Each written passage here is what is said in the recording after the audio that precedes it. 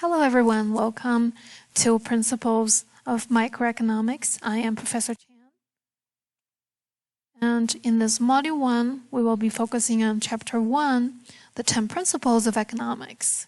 Specifically, we will be only looking at the 1-1 and 1-2, because 1-3 is in the field of macroeconomics. Okay? So before we get started, we need to know what is economics, right? How is this field of economics defined? So economics studies how societies manage its resources. And one important common belief people have when we study economics is that resources are always scarce. Which makes sense, right?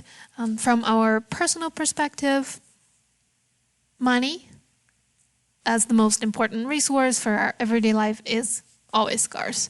And your time, everybody has 24 hours per day, no matter how rich or poor you are. So when we're speaking of resources, we always don't have enough, right? So what economics can help you to achieve is we manage scarce resources in a way to achieve better results. And when we are doing that through economics, we actually look at two different scopes. One aspect of economics is we focusing on the micro perspective, and the other scope is the macro perspective. So some of you have taken the macroeconomics with me last semester, right? So if not, it's okay, because micro and the macro, they don't really rely on each other in the sense of the principal courses, okay? And in this course, we will be focusing on the micro, okay? And the 10 principles actually fall in either micro or macro. You know, principle 1, 2, 3, and 4, they talk about how people make decisions, and that's in the field of microeconomics. Principle 5, 6, and 7 explain how people interact with each other. That's also in the scope of microeconomics. Okay? And principle 8, 9, and 10, we will not cover that because that's in the macroeconomics. Okay? So what is micro? What is macro? What's the difference? I was thinking using Minecraft as an example because I like it. This is a very fun game to me. And I found this mini world is very interesting when we're making analogies to economics. You know, when in Minecraft, when you are mining, when you are hunting in your own field, that's like the micro aspect, right? You make your own decisions. And when you go out, meet other people, that's when people are interacting with each other, right? That's also a microeconomics perspective, right? And if we kind of try to think what are the macro aspects of Minecraft, I was thinking maybe when you are hacking, when you're manipulating the whole system, that's like the macro aspect of Minecraft. I don't know if that makes sense to you, you know? Or maybe if you are coding, okay? So the takeaway here is microeconomics, this course, look at people's own decisions, right? And also how people interact with each other after making their decisions or while making their decisions, right? And macroeconomics is looking at the whole economy, the big picture, okay? So now let's move on to the principles. So first, when we individuals make decisions, we follow these 4 principles. Number 1, we believe that people always face trade-offs. Okay? Number 2, when we're making decisions, we need to consider or compare costs and benefits. Okay? And always keep in mind that the cost of something is what you give up to get it. We'll elaborate in the coming slides. Okay? Principle 3, rational people think at the margin. That's probably one of the most economic notion in this chapter. That is the marginal thinking.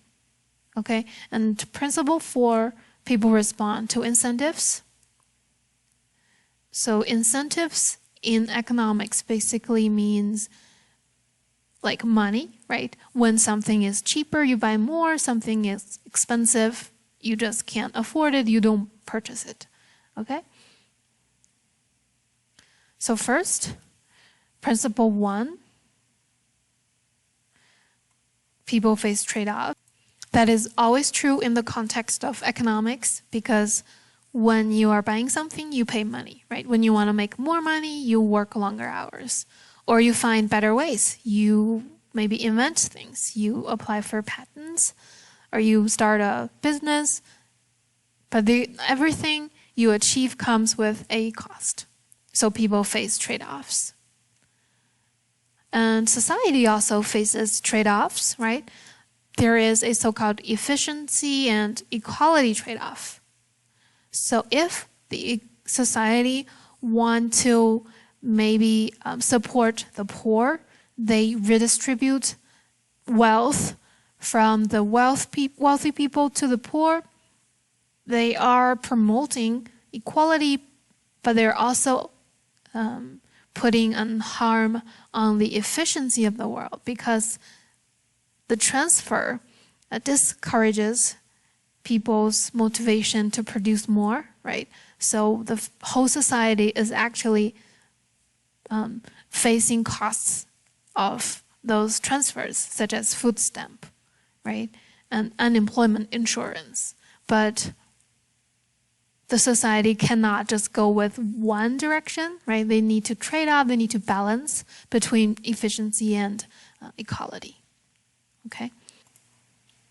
And actually, economics is all about making decisions. It's all about comparing costs with benefits, right? And the economic thinking when you're making decision says you need to consider something called opportunity cost. Okay, it's the cost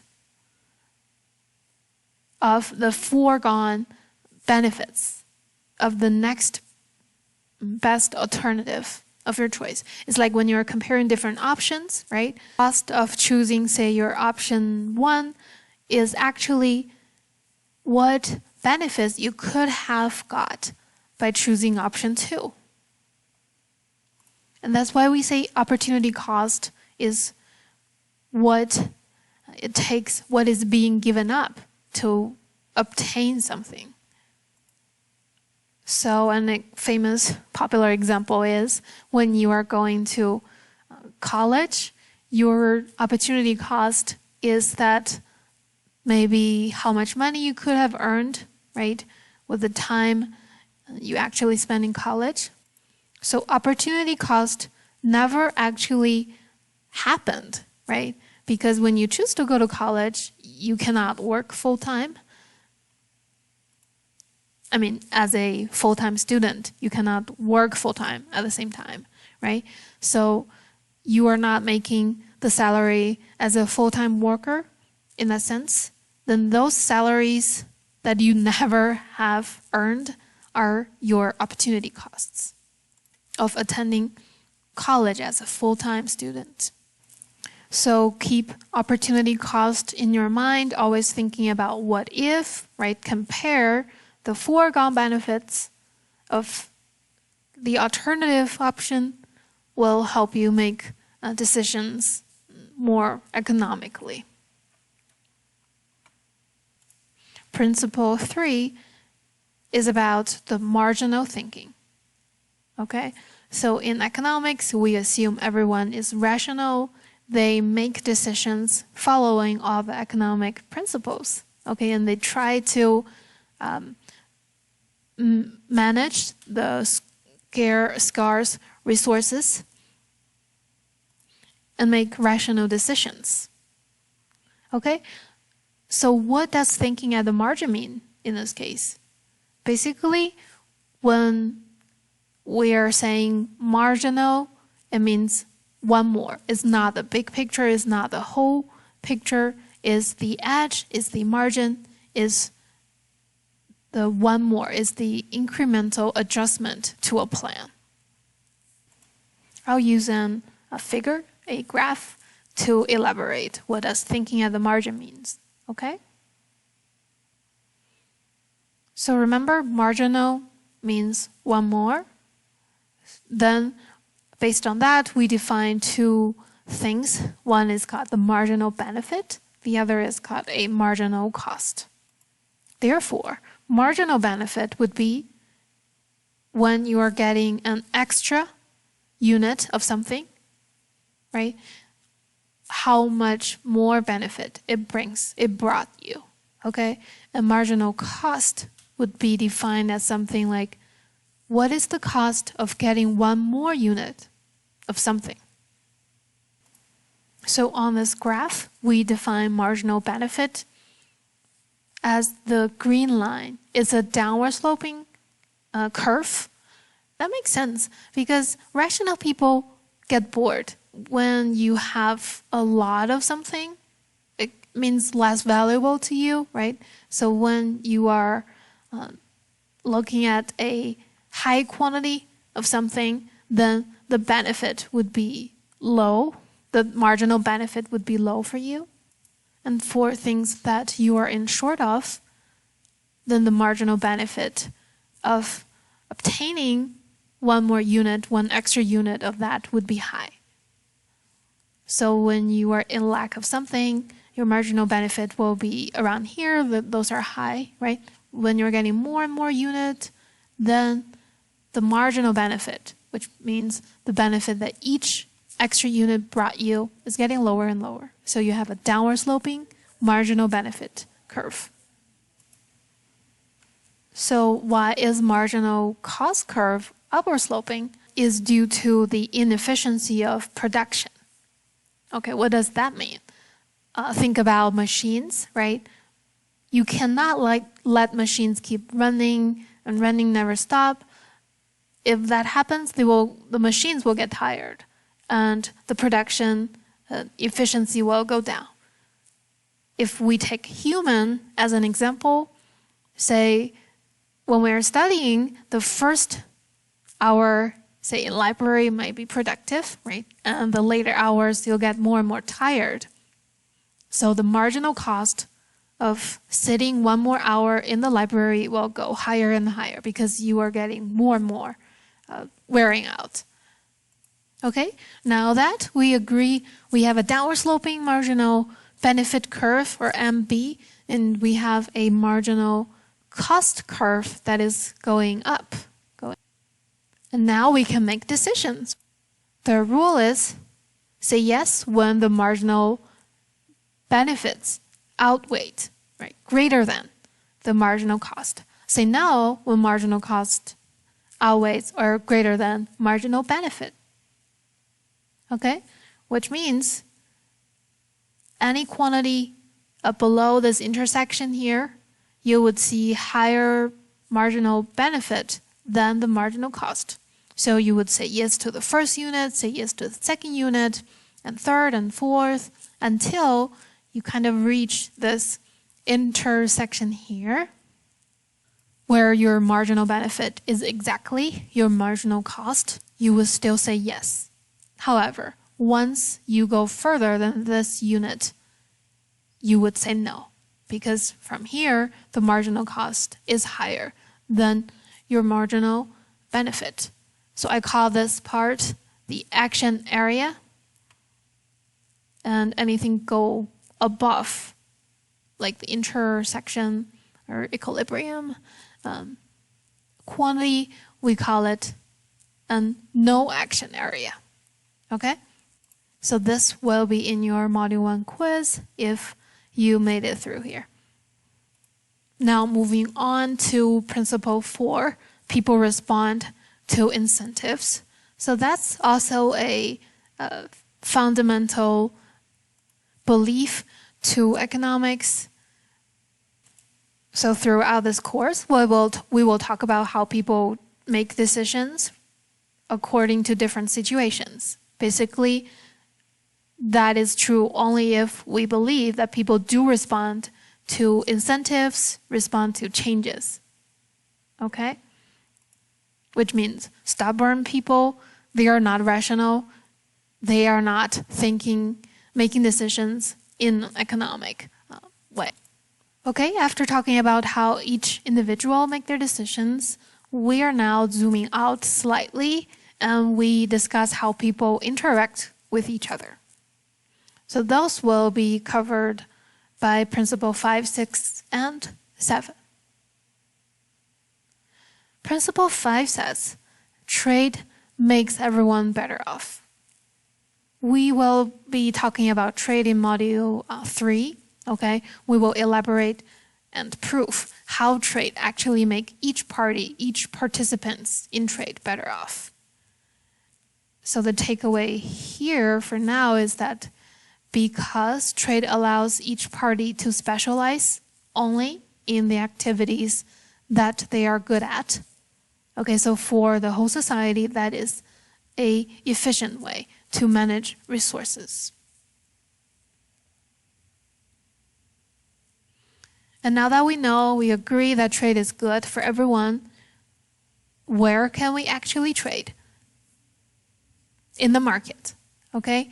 And because people specialize and trade in the market, so markets are always efficient, is always good for the society, unless sometimes the market fail, right? And that's where the government could step in and correct. Okay, so those are still in the field of microeconomics, the governmental interventions. So this brings us to Principle 7. What can governments do when the market is not functioning well? So first, the government could work as a force that ensures orders, right? They can entitle property rights, and an established property rights will encourage more production. So in this sense, government can actually improve economic outcomes. They not just are institutions, they also play an important role in the economy, right? And also, the government can do something to promote efficiency, right? For example, they could keep an eye on the monopoly, the big companies. Governments could issue, say, rent ceilings, try to protect the residents. And all those still fall in the field of microeconomics, actually. Okay? And of course, the government also need to promote equality, right? Because they need to ensure the stability of the host party. So in that sense, government also affect the economic aspect of a society through the tax and welfare system. Okay, and lastly, Principle 8, 9, and 10, they are in the macro aspect, so we're not going to cover it. So make sure to finish your Module 1 quiz after watching this video, and I'll see you in Module 2.